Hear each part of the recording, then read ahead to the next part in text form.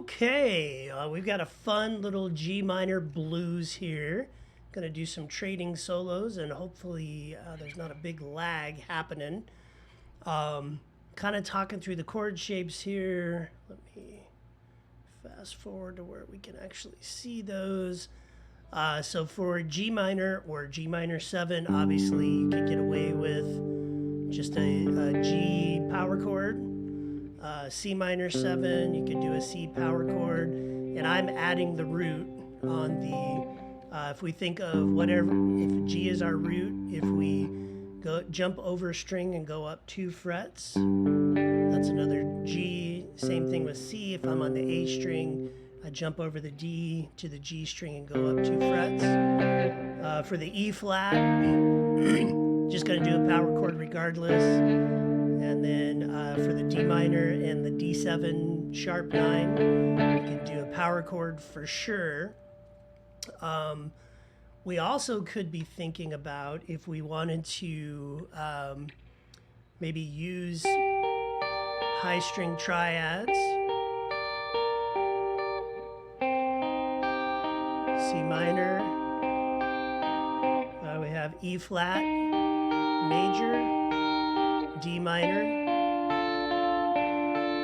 and in theory, for that D7, you could just play a D major triad, and you have those on the G string as well as the D string.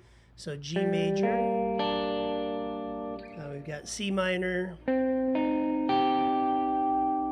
we've got E flat major, E flat major, like looking at yourself in the mirror, D minor, and then D major. So I'm probably going to flip around through those as I'm playing rhythm, and then when I'm playing lead, I'm going to be using G minor pentatonic. I might be using string sets, string pairs, of horizontal type stuff. We'll just have to see what happens. So I'm going to start off with a measure of rhythm. I'll do a measure of lead, measure of rhythm, measure of lead, so on and so forth. And yeah, let's see how this goes.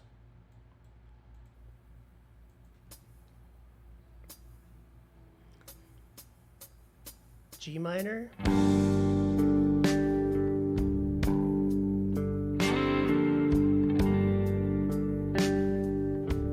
It's kind of doing some arpeggios.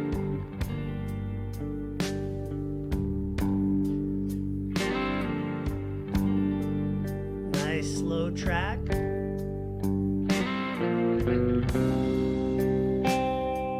C minor for 2 measures.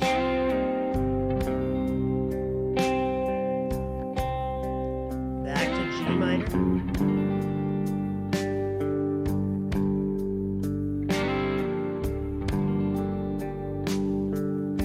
E flat major.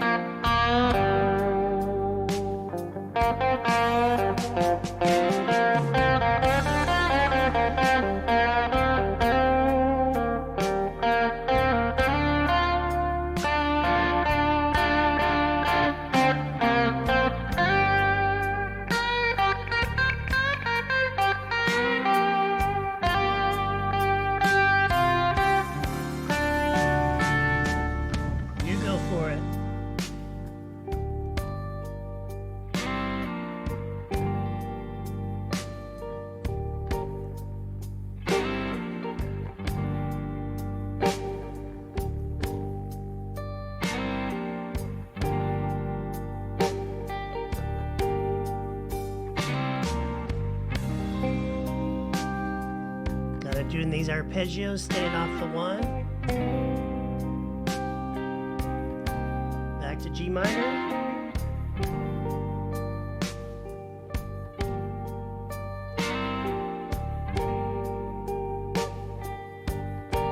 E flat major. D minor.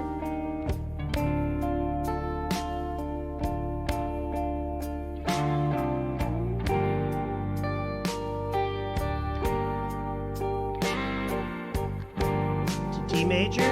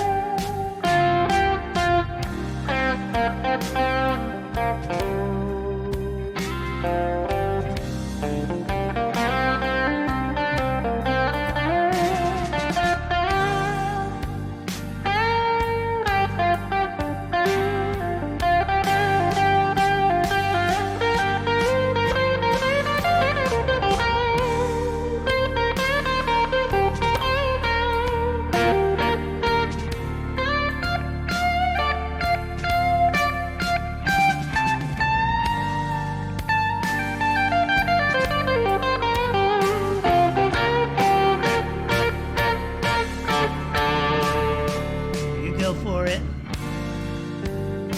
D string roots.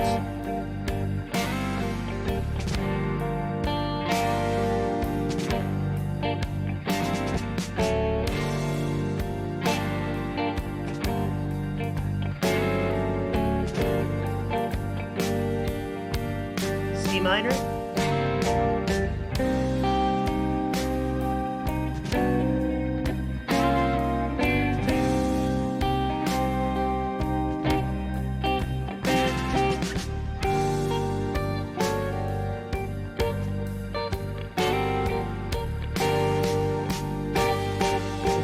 Flat major,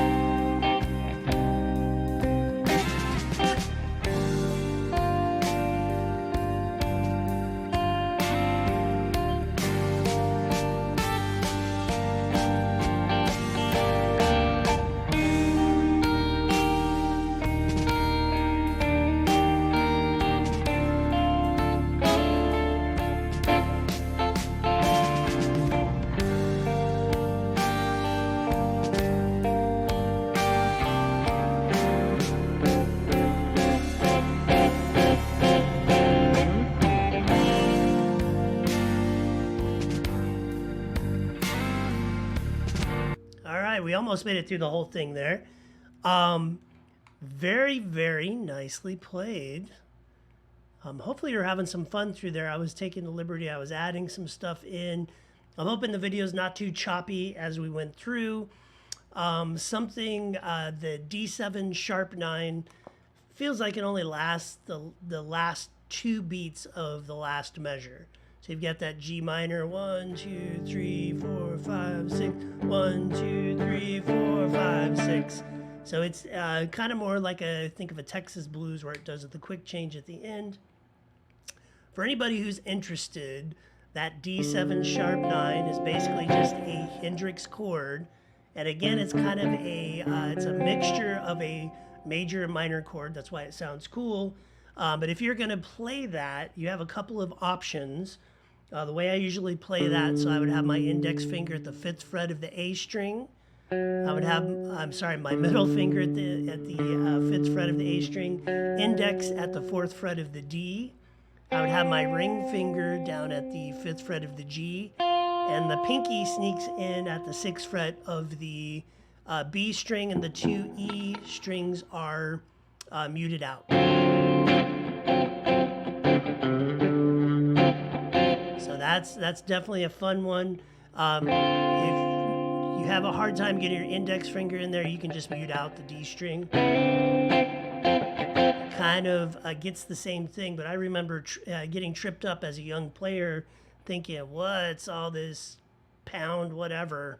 I think I knew they were sharps, but I wasn't sure how I could get a sharp 9. You can always just play like a D power chord or even a D major over the top of that, and it's not going to sound terrible, because if I play this last couple of measures, if I have